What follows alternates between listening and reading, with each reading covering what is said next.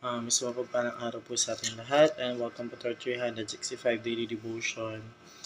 At ngayong araw po, pag-uusapan po natin is patungkol po sa ano ang requirements para makapasok sa harian ng Diyos.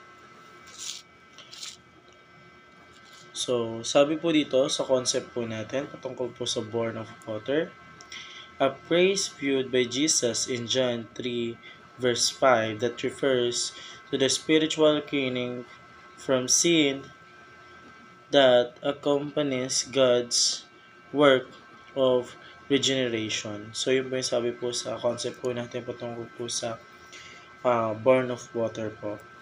So, pagdating naman po sa ating Bible readings po, ito po yung matatagpuan sa John 3 verse 5 po. At ito po ang sabi po sa English, no? Jesus answered, "Truly, truly, I say to you, unless one is born of water and the Spirit, he cannot enter the kingdom of God." So ito po ang sabi naman po sa Tagalog, sumagot si Jesus,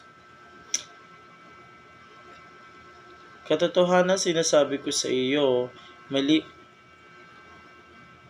malibang ang isang tao ay ipinanganak ng tubig at ang Espiritu hindi siya makakapasok sa kaharian ng Diyos." So yun po yung sabi po sa ating Bible verse po. And tayo naman po ay dumako po sa ating teaching for katuruan. So sabi po dito sa katuruan po natin, 3 views on born of water. So meron na po tayo tatlong paraan po para po sa born of water po. So una po, born of water refers to a magnetic fluid. So sinasabi po dito is physical po. So sabi po dito, yung born of water po natin is meron po tatlo. So po yung physical, ritual, and spiritual po. So pagdating po dito sa physical po, so sabi po dito sa physical po natin is ito po yung dapat po tayo ipanganak po muli.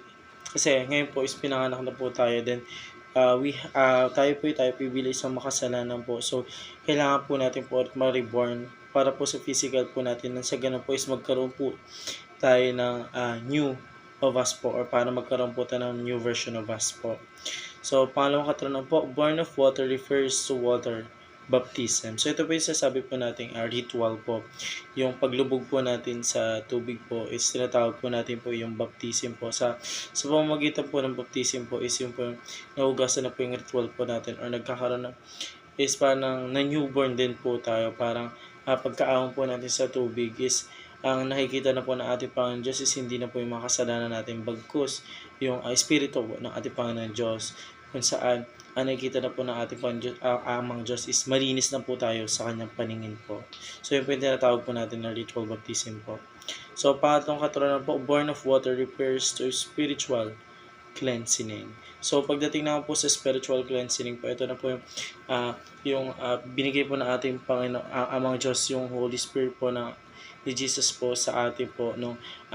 Si Jesus Christ po is namatay, then siya po yung nabuhay, then umakyat po sa langit. Then yung Espiritu po ng ating Panginoon Jesus is naiwan po sa atin, sa atin po. So, nung naganap po iyon, yung Espiritu po ng ating Panginoon Diyos is namahay po sa atin. So, nagkaroon po tayo ng cleansing of spiritual po. Kasi kahit ano pong mangyari po kapag tayo po makasalanan o hindi po tayo tumanggap sa ating Panginoong Diyos, then yung spiritual po is hindi po ganun, parang mawawalan din po ng bisa po yung pagbigay po ng ating Panginoon Diyos sa kanyang buhay po para iligtas po yung kasalanan po natin. So we must kailangan po talaga po natin manampalataya po sa ating Panginoon Diyos para po ang Espiritu po ng ating Panginoon Diyos is manahanan po sa atin.